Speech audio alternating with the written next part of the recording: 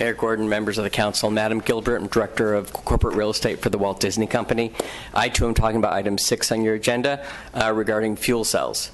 The Walt Disney Company has been here in Burbank for 75 years, and environmental stewardship is critical to our company.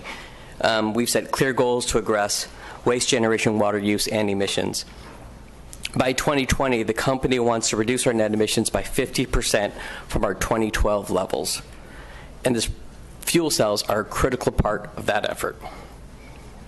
Fuel cell technologies will reduce emissions relating to electricity generation relative to the current service provider. Fuel cells convert clean natural gas into electricity with little to no smog generated emissions and significantly less CO2 production relative to current sources. And as my compatriot from IKEA just mentioned, use no water.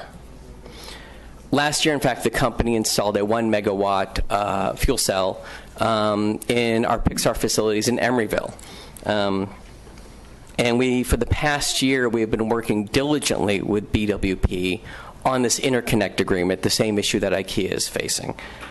We've actually gone through the process of developing construction documents, going through community development, getting them stamped, purchasing the equipment, and then discovering that BWT wouldn't be supporting fuel cells. And in the same situation as IKEA, we have negotiated the terms of an interconnect agreement and again have committed to paying significant standby charges, much higher than in any other location.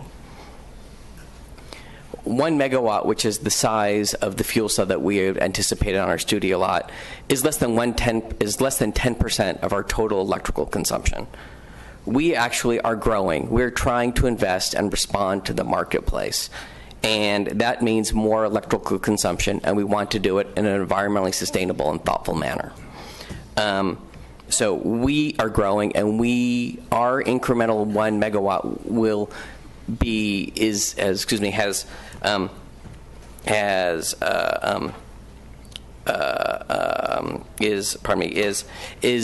the 1 megawatt is basically